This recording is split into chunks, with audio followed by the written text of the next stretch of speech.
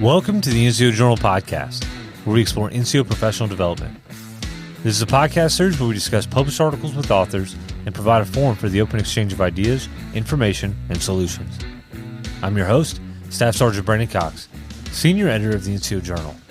With us, Chago Zapata, the Managing Editor of the NCO Journal, Sergeant First Class Osvaldo Akite, the NCOIC of the NCO Journal, and Tony Mena, a Senior Editor of the NCO Journal.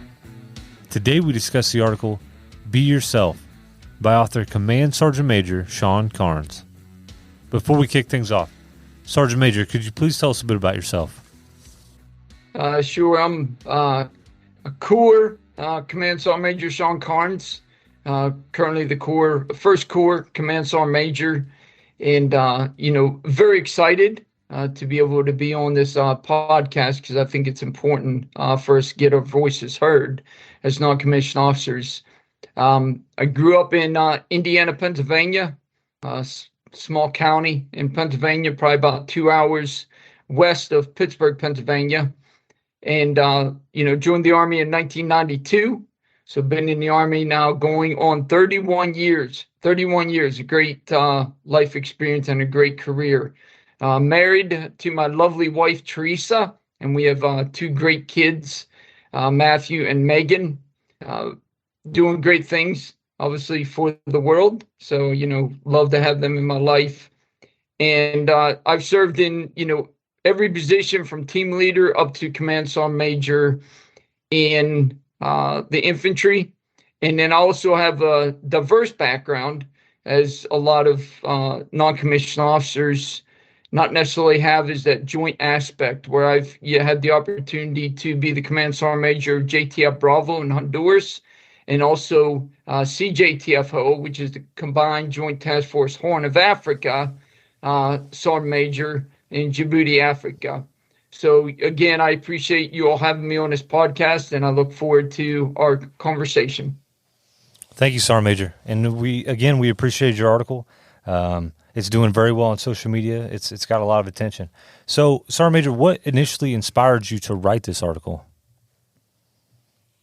I wrote the article for soldiers and leaders because I think it's important as we talk, we go through our institutional development, operational development, our self-development.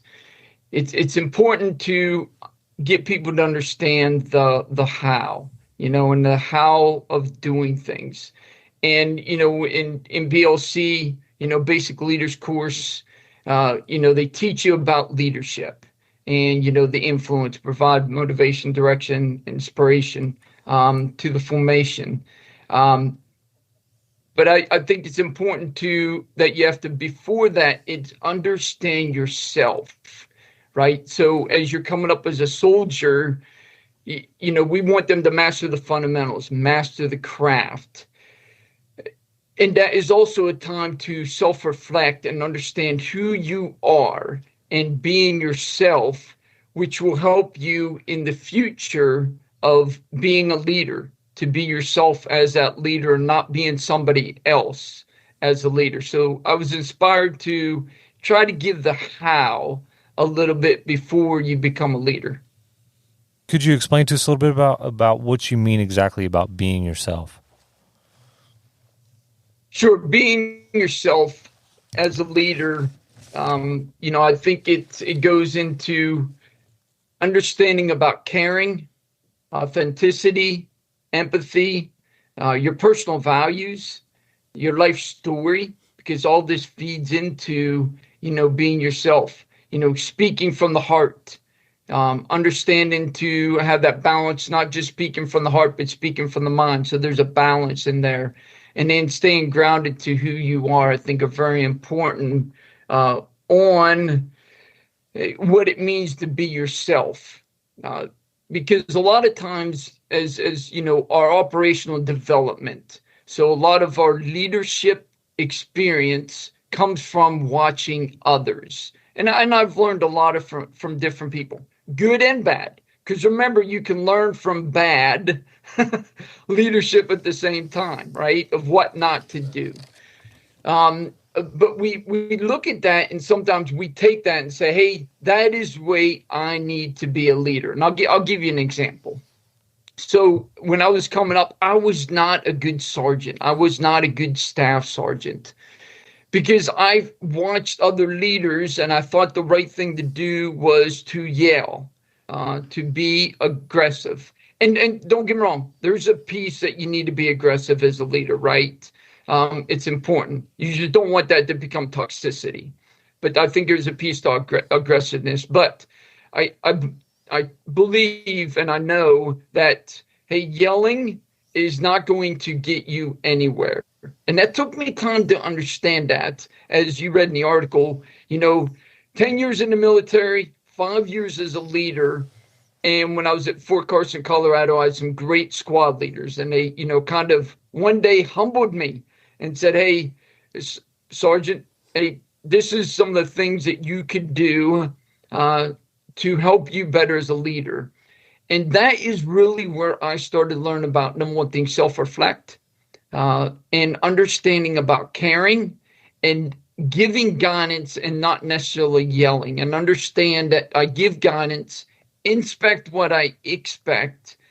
And then from there, if somebody fails at something, it's okay if you fail, right? Because I, as a leader, should be there to pick you up, dust you off, and point you in the right direction and help you out. Because when we fail, we learn from that.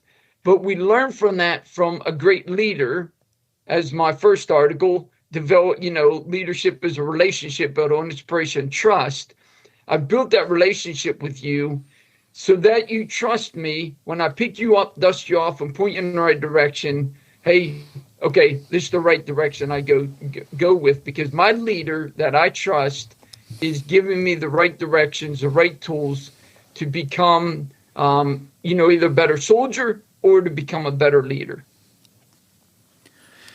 So, Major, there were three sections here that I focused on the beginning here that kind of relate to the things that you just said about when you were younger and you weren't the leader that you learned to become or that you developed into.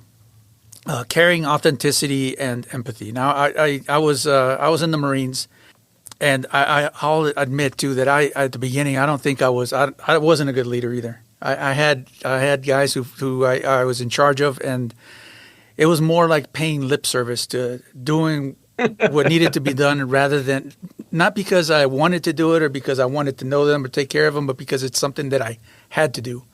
And it's not until I became a little more seasoned that I realized, it's about caring for them. It's about being involved in their lives and not just thinking of them as some expendable, like a freaking bullet round or something.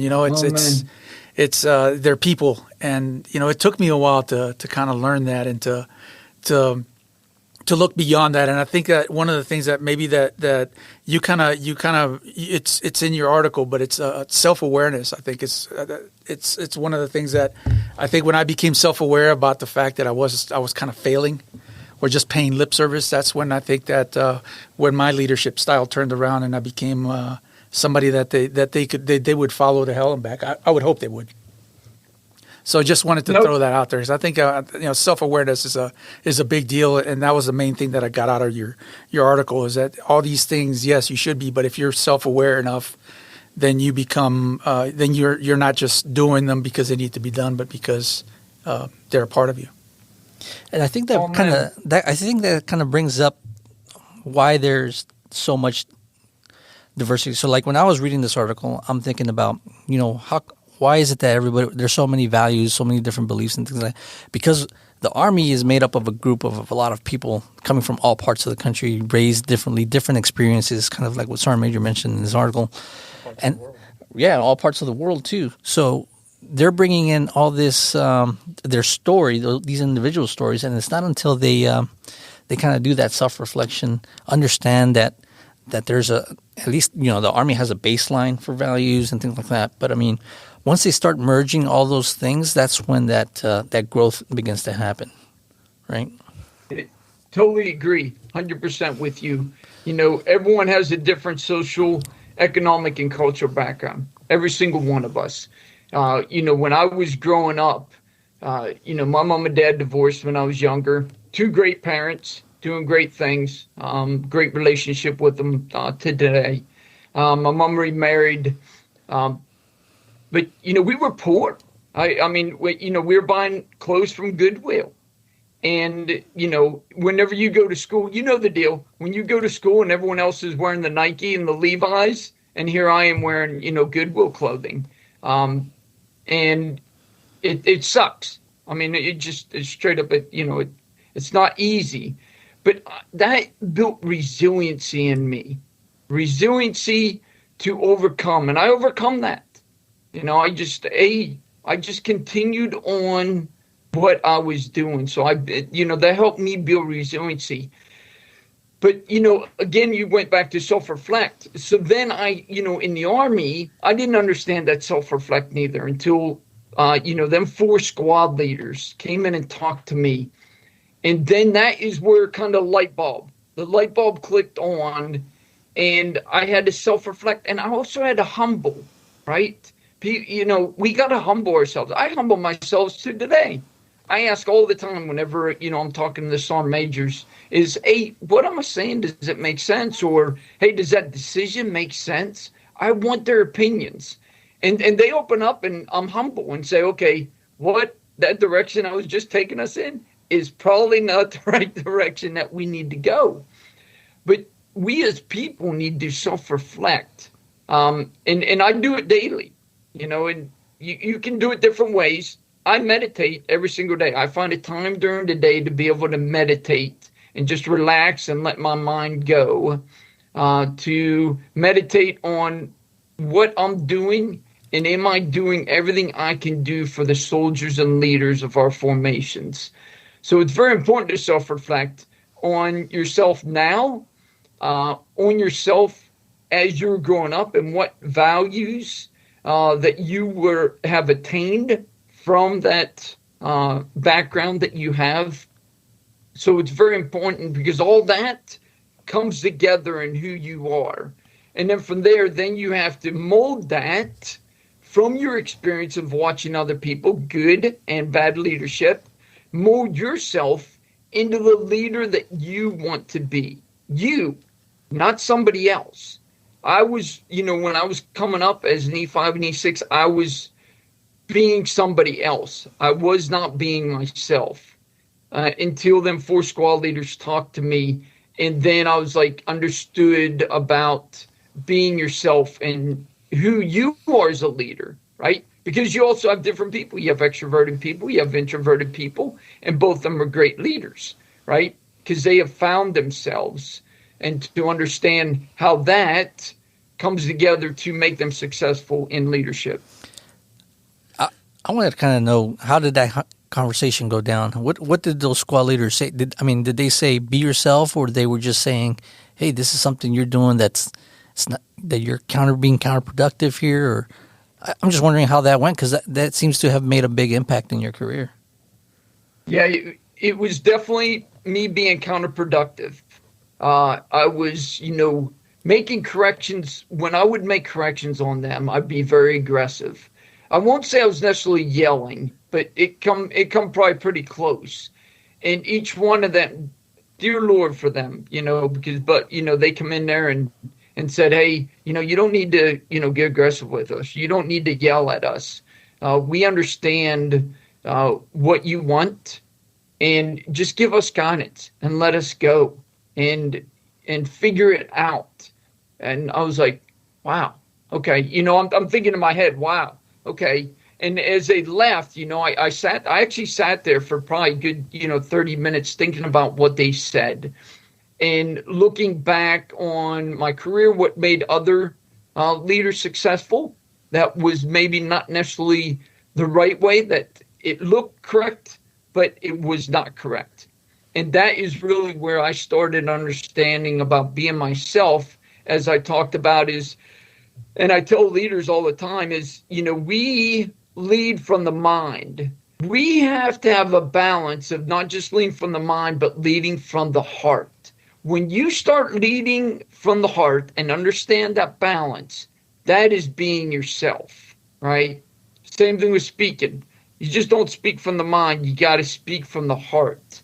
When you start doing that, that is who you are, and that is where you're being yourself as a leader. Sorry, Major. One of the things that struck me when you just talked about it a little bit, that the one little snippet of your life where you talked about your childhood and your mother divorcing. I thought for me, when I read this article, it was something I could connect to. I didn't have that kind of same experience. Something similar, not the divorce aspect, but we grew up very poor in my household with a lot of us. But it was good to see that little picture of you, and that you're willing to kind of put yourself out there in a way that kind of brought your humanity to the forefront. So I thought that was a significant part of your story that I enjoyed. Yeah. So that goes back to my first article that I wrote. And, my definition of leadership is a relationship built on inspiration, trust, serving, and caring others. And that relationship, just like in our leadership definition, influence. Relationships are the biggest part of that to help you be a better leader. And you build them relationships personally and professionally. Now, personally, I'm not saying you're going to the club with the person. That's not what I'm saying. What I'm saying is you're getting to know that person in and out. So, is he married? Is he or she married? Is he or she, have kids? Are their parents still alive? Where are they from? What's their background? Having them authentic conversations, being open to them, and let them feel safe and open to be able to speak to you. That is where you start learning about that person. And then what's their goals? What's their goals, just not professionally, but what's their goals personally? Because I'm telling you, if you're able to meet some of their goals, that is powerful as a leader to help them meet their goals. Number one thing, they'll never forget you. They'll always remember you because they're like, hey, he or she helped me meet my goals. But then, they'll look back on that and they're going to take that example. And guess what? They'll add that to their kit bag when they become a leader. And we retain soldiers that way, right? Just having simple conversations with somebody. 5 minutes. I've had a conversation with 5 minutes with soldiers and figured out, hey, they want to, stay at JBLM. Or, hey, they're having troubles because, my father is in the hospital right now. Just a 5-minute conversation, right? When I go talk to soldiers, especially in the motor pools, I go down there and I have this little ranger chair. And I'll put the ranger chair out and I'll sit on the ranger chair because I don't want to stand up in that authoritative manner. I sit down and just have a conversation with them. Hey, Sid, what's going on? How's everything going? And it is amazing when you just have a simple conversation. Because everyone says this there's no such thing as a hard conversation. Just have a conversation, right? Like you would do with a friend. Just have a conversation. Hey, how's everything going, right? What are you all up to? What you going to do this weekend, right? Hey, how's your wife doing? Or, how's your family doing? And just get them to open up. And you have to make it safe and open as a leader, because that's where the authenticity comes. Because then they will feel safe. They'll feel authentic to be able to give that conversation back to you and that information back to you because they trust you. I can build trust quickly because I'm open to them. I'm humble. I'm authentic whenever I'm talking to them. I'm not in an authoritative manner. Just a little bit about my experience in the military. So I came from Marine Recon, and I think that your style, that authentic, very humble, very open style is like the best form of leadership. The very angry and authoritative style is very counterproductive, especially against people that are in really good shape. Like, they'll do push-ups all day and laugh at you. But if you are vulnerable and open to them, they will run through hell and back for you. So yeah, just in my own little world there, that was my best leaders that I still am in contact with today. We're just humble, awesome people, checked in on me all the time, even though they were like 4 ranks above me. It was a great experience with them. Well, and I think you said a good word there is vulnerable, right? We're vulnerable too. We're not perfect. I mean, so just, I don't know, it's been a couple weeks. A couple weeks ago, so we had this executive leader readiness program, and I went through the executive leaders readiness program. And RR2 program, one of the counselors, Callie is her name. So she's part of this program, and she sits you down and you kind of talk to her about, what's going on, how's everything going, da, da, da. And it's interesting, similar to me in leadership styles. But you've got to open up and be vulnerable, because all of us have things going on in our lives. All of us have stressors in our life, right? And we've got to be vulnerable to open up and give that information. And when I did that, right, to her, I usually do it to my wife.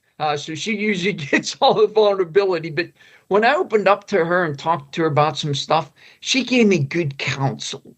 And I, and it has helped me as a leader. I was just amazing to, get that off my chest and, for her to give me feedback. So we've got to be vulnerable. We've got to talk to people and let the stressors out, and then let them be able to provide us feedback. And we've got to self-reflect, take that feedback to make us not just a better leader, but a better person. Because remember, each and every one of us is a person, right? Yeah, we might be a leader, we might be a soldier, but we are all people. As you know, the Chief Staff of the Army says people first. Well, I tell you, at First Corps, that is our number one priority, and we mean it, right? Because actions speak louder than words. Like the other day, well, I know it wasn't the other day, it was a couple months ago, as we talk about actions and people first. There was some situation in the barracks dealing with some mildew that they thought was mold. And so I grabbed the whole team, because we can solve problems, but we got to take action. And I took the team down there, found out it wasn't mold. It was actually mildew, but there was another problem that was causing that.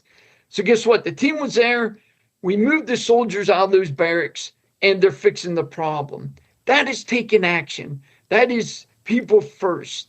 That is making sure that our organization understands that our number one priority is people first, because we mean it and we take action on it. We're talking about how to be yourself, and we've mentioned a lot of different things already: transparency, being vulnerable, asking for feedback, self-reflecting, relationships, and many other things we've already kind of touched on. But in your article, you also mentioned reading. Can you talk a little bit about how reading helps you be yourself? Reading has been enormous in helping me develop myself, because every single book has different ideas, right? I mean, you can go into iBooks, you can go into Google, you can go on Amazon, whatever, type in leadership, and there's all different kind of leadership books on there, right? 2 great books that I loved reading was Team of Teams by General Retired Stanley McChrystal and Radical Inclusion by Retired General Martin Dempsey. 2 great books. And then obviously one of them that I mentioned in there also, Start With Why, from Simon Sinek. 3 great books. I've read plenty of other books, but them 3 kind of stick with me and has helped me grow as a leader. But I think any book, any leadership book, you can pick up and have different ideas in there. Now, a lot of, some even business books, right? Business books, you can take and relate that back to what we do in the military. So I and also go into Barnes & Noble and get your hardback book. There's plenty of leadership books at Barnes & Noble. But as I said, at the beginning, I think it's important if you can read, write, and speak, you're dangerous. You're dangerous. It's important to read and get different ideas from different people instead of just watching or listening, but you actually can read ideas at the same time. And, and then we got all this great new social media, YouTube. I didn't have that when I was growing up. I mean, I didn't even have these computers that were sitting in front of us when I was growing up, right? We had to read doctrine out of the hardcovers, right? Out of hardback books. Same thing, when in school, hardback books. So I've always, picked up the books and read. Perfect example is when I was younger, I used to ask my stepfather, and you always ask them questions, why? We probably all have done it as children. And one day he looked at me and he pointed to our shelf, and he was like, if you want the answers, start reading and do some research in them encyclopedia and dictionaries. And that is where I started understanding about reading and also researching to find my answers. And then after I do that research and reading, then I was able to go back to ask my, stepfather saying, hey, I did this research, but I don't understand this. Guess what? That also helped me to ask better questions, right? Because instead of just all the why questions, they helped me ask better questions. So reading and understanding that also helps you with writing, helps you out with, speaking, because now you understand the information and helps you out as a leader to be yourself as a leader. I've got a question. I don't know how you're going to take this one, but what words of advice do you, Command Sergeant Major Carns, have for Sergeant Carns, E5 Sergeant Carns? What words of wisdom would you give to yourself? Briefly, what would you say? That is an awesome question. I never had somebody ask me a question. So one thing I would say is, to understand this, self-reflect early, and to look at yourself and look at your background, how you came up, and speaking from the heart. So self-reflect, not just speak from the mind, but speak from the heart and be yourself. Not necessarily a yeller, because what I found out, is yelling don't get you nowhere. Number one thing, nobody wants to come talk to you if you're yelling all the time. And people turn you off when you're yelling. That don't get us anywhere when we yell. You get upset, you need to take yourself out of the situation, calm yourself down, and then re-engage. That's how you do it, right? I've had soldiers before that I've made corrections on, and not stand up, pray, rest. Did I get upset in the situation? No. Could I have? Sure, of course. Instead, we had a discussion. Hey, why you don't stand up, pray, rest when you're talking to an NCO? What does it say? In doctrine, right? What have you been taught in basic training? And help them self-reflect on some of their teachings or even some of their background to understand, like, you're right, Sergeant Major. I need to stand up, pray to rest for you, right? Because it's the right thing to do. It's courteous. It's respectful. Just the same thing I tell them, hey, when you become a sergeant, when you become a non-commissioned officer, guess what? You expect that same respect because we've earned it. But you've got to also be reciprocal and give that respect back to them. So we got to respect them as people. So then they understand, okay, about respect, and it's reciprocal. And then that will make them a better leader because guess what? They will be reciprocal. They will understand about caring. They'll understand about respecting other people.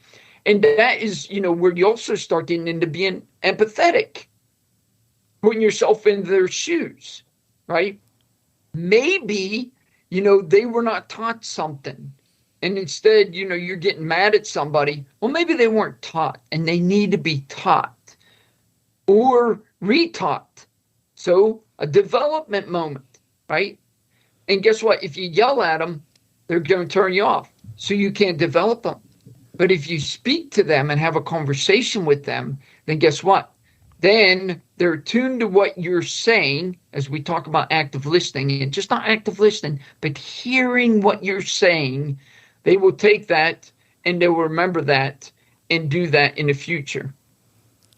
Sergeant Major, would Sergeant Carns have taken Sergeant Major Carns' advice? He better have. because I think that's the key there. I think it's one of the things of that kind of retrospection kind of thing. It would be that, for the young NCOs out there, is that we have, we don't have that ability to kind of give ourselves advice, back in the old. But what we do have is we have senior leaders who have been there, who have set an example. That are trying to make them better. And I think as long as we, as junior leaders, listen to those who have been there, who have set the example, who have lived through and some hard lessons, or just listening to conversations, I think if they take that advice, I think it would be probably just as good or better than giving yourself advice. Yeah, agreed, 100%. And that's where kind of this article, right? I want them to start understanding about being yourself before they become a leader. Because, what's happening now is we go to BLC and everyone thinks you come out of BLC and, hey, I'm this great leader. That doesn't happen. Obviously, I'm a perfect example. It doesn't happen.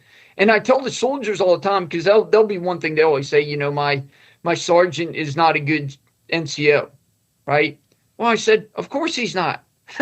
I mean, he's learning about leadership. I need you to help him to become a better leader. Don't go against grain. Hey, help him. How can you help him? Like them 4 squad leaders help me to become a better leader. Because again, we go to BLC and all of a sudden we think that we're great and we're not. It takes years to develop into that leader. I mean, it took me 5 years to really understand leadership. And then it goes back to us as senior leaders being present among our formation. And if I can do it as a Corps Sergeant Major, anybody can do it. You've got to find time on the calendar and go out and about and see your soldiers and see your leaders and just have conversation with them and talk to them, see what's going on. Hey, how can I help you? Wow. Tell me that's not powerful. How can I help you? When there's situations. And then when they tell you what you can help them out, actually take action and fix it. I mean, them things are powerful, but getting out and being present among your formations called time management. And you got to find that time on your calendar to be able to go do that and be among your formations to find out what's going on. As General Retired Dempsey said in Radical Inclusion, the ground truth. The ground truth is down with your soldiers. Down with your junior leaders. That's where the truth is at. Because they're the action arm on everything we do, right? So, going down and talking to them and getting their opinion on stuff.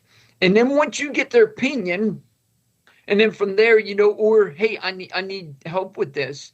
Then you go and, solve the problem, and then you provide them feedback. Even if you can't solve the problem, come back to them and provide them feedback. Every time someone brings me a problem, I provide them feedback. I say, hey, here's what we've done to fix it. Here's what we're doing to fix it. Or, hey, sorry, I just cannot fix it. And this is the reason why. And that is the key, or one of the keys to leadership, is also going back and providing them feedback on what you've done. Because a lot of them, you probably have all heard is, hey, I've told my leadership about my pay problem. And I have not heard nothing in 3 weeks. First thing I always do is ask have you gone and talked to your leadership in them 3 weeks? Hey, just get some feedback, because maybe they're busy, okay? And maybe, they've gotten busy doing something, or maybe something else more important came up. So you've got to be reciprocal and go back and ask them. Then also I talk to leadership and say, hey, you all got to provide feedback to them, saying, hey, I'm working it. It might be another week. Or, hey, here's what I've done to fix it. Or here what how we fixed it. Or, hey, I just cannot fix it. And here's the reason why. So we got to also provide feedback and be present among our formations. I think it all leads back to setting an example. By being yourself, you set an example to all the soldiers out there, all the people that you're leading. And, if you set a good example and you're humble and you care and you do what's right for the right reason at the right time, I think ultimately, the soldiers are going to see it, and they're going to try to emulate you, or if anything, at least maybe do everything they can not to let you down. I remember leaders like that I didn't want to. I felt there was one in particular when I remember failing him, and I remember feeling upset with myself because it was almost like upsetting my dad. And I think that kind of inspiration, the kind of inspiration I got from that person, and that's when I have found my turnaround, by the way, is that I realized that that's the kind of leader that I wanted to be. Not exactly like him, but somebody like him that inspires that kind of that kind of feeling in someone. That loyalty. Oh Yeah. man. Yeah, I had I had grown up. So when I was at Fort Hood, Texas, as a young PFC, and I was 11 Mike back before everyone became 11 Bravos, and so I was a driver of a Bradley, and we'd gotten done with our field prom.